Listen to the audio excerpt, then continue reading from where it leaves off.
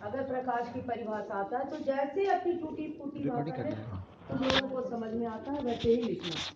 रखने से एक शब्द भूलता है तो सारी परिभाषा भूल जाते हो, और बच्चे इसी बहाने परिभाषा उस कारण नहीं लिख पाते हैं। तो जैसे समझो कि प्रकाश वह माध्यम है, वह स्रोत है जिसके कारण हम लोगों को आसपास की चीजें दिखाई देती।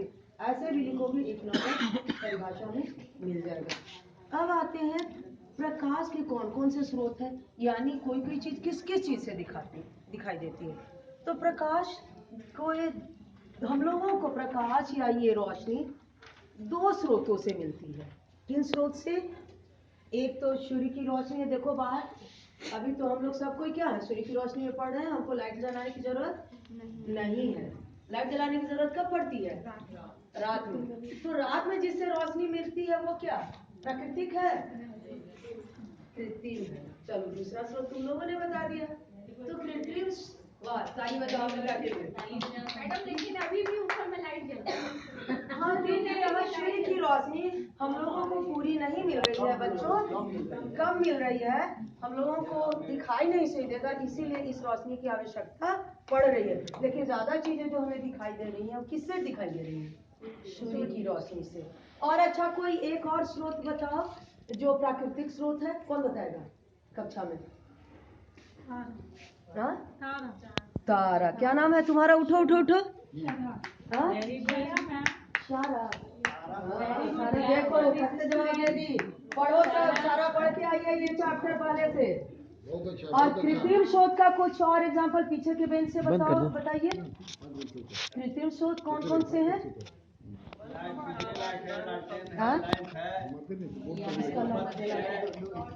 मेरा मोबाइल छूटा हुआ है, किसका लाइट जलाई? मोबाइल का। आजकल हम लोग सबसे ज्यादा कृत्रिम स्रोत में मोबाइल का देखो मोबाइल के लाइट का ये जला नहीं है मेरा, तो ये मोबाइल के टॉर्च लाइट का हम लोग उपयोग करते थे। मोबाइल का टॉर्च लाइट क्या है? कृत्रिम स्रोत है ना। तो अब आप लोग समझ गए कृत्रिम और प्राकृतिक स्रोत। अब आप आगे कहिएगा। आप ओ अच्छा मैम आप पढ़ाइएगा आगे। अच्छा तो आगे कंटिन्यू किया। अब मैडम प्रस्तुतिकरण बच्चों तुम लोगों को बताएं चैप्टर का प्रकाश का परावर्तन का, और बहुत सारी एक्टिविटी भी बताएं, तुम लोग भी बहुत अच्छा आंसर दिए। अभी हम तुम लोग को बताएंगे जैसे जो भी अभी पढ़ाए हैं उसके बारे में कुछ क्वेश्चन पूछेंगे, तुम लोग का मूल्यांकन करेंगे कि कितना तुमने पढ़ाने से सीखा।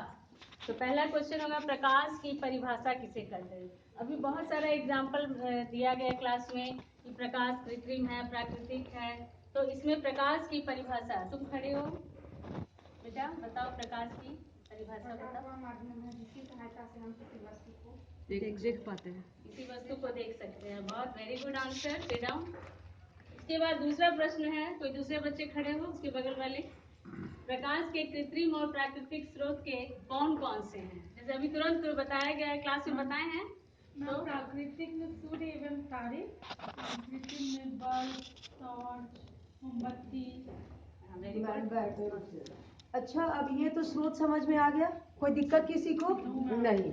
अब क्या सूर्य की ये रोशनी जो है, रोशनी नाम की जो चीज है, जो ये रोशनी लड़की हो या लड़का, सबके सारे पदार्थों से चली जाती गुजरती है। अब देखते हैं हम लोग रोशनी जला करके, क्योंकि ये नहीं है तो हम सिंपल करके मान लीजिए कि ये टॉर्च है, ये ग्लास है, तो ये क्या है, इसके आर पार दिख रहा है, आपका चेहरा दिख रहा है, तो इससे जब जलाएंगे तो क्या होगा, रोशनी इसके आर पार चली जाएगी। तो जब आर पार चली जाएगी तो इसको क्या कहेंगे, इस जिस पदार्थ से रोशनी आर पार चली जाती है उसे क्या कहते हैं, पारदर्शी। और जिससे थोड़ी सी आर पार, देखो ये ना हम तेल लगा, तुम लोग शुरू में कहे थे ना कि आज हम लोग खेल खेलेंगे, देखो ये तेल लगा पेपर लाए हैं जो हम मेज से लेके आए थे। तो ये जब हम इससे क्या होता है, रोशनी थोड़ी सी जा रही है और थोड़ी नहीं जा रही है, मतलब स्पष्ट नहीं है। तो जब ऐसा पदार्थ जिससे रोशनी पूरी तरह स्पष्ट ना जाए तो उसे क्या कहेंगे, पारभाषी यानी आधा आधा, सिंपल भाषा में, या कोई और भाषा में इसको और सिंपल भाषा में और कुछ यही कर सकते हैं कि जब पूरा का पूरा प्रकाश दूसरे तरफ न जाए। जैसे पियर्स वाला तुम लोग ऐड देखते हो, है ना, याद आया, उसे पारभाषी कहते हैं। जैसे पियर्स वाला साबुन, ग्लिसरीन सोप जो है। और देखो ये किताब लेके आए, अब इससे तो बिल्कुल ही नहीं जा रहा है, तो इसे क्या कहेंगे, अपारदर्शी। समझ में आया? यानी रोशनी जो है 3 तरीके के पदार्थ से, एक से बिल्कुल नहीं जाएगी, एक से थोड़ी जाएगी और एक से पूरी तरह जाएगी। अब इसमें अगर पानी डालें, एक शब्द मैडम ने देखो यहाँ लिखी है मैडम, बड़ी भारी वाला शब्द, प्रकीर्णन, लिखी है ना। किसके कौन कौन फूस के घर में गए हो, कभी गए हो, रहे हो, या किसी के घर के खिड़की में छेद है छोटा सा, किसके घर में खिड़की में छेद है, हाथ उठाओ। अच्छा चलिए, थोड़ी ही देखा था, यानी किसी के घर, सबके खिड़की अच्छी है, चलो अच्छी बात है। अब हम लोग इतने अपडेट हो गए हैं कि हम लोग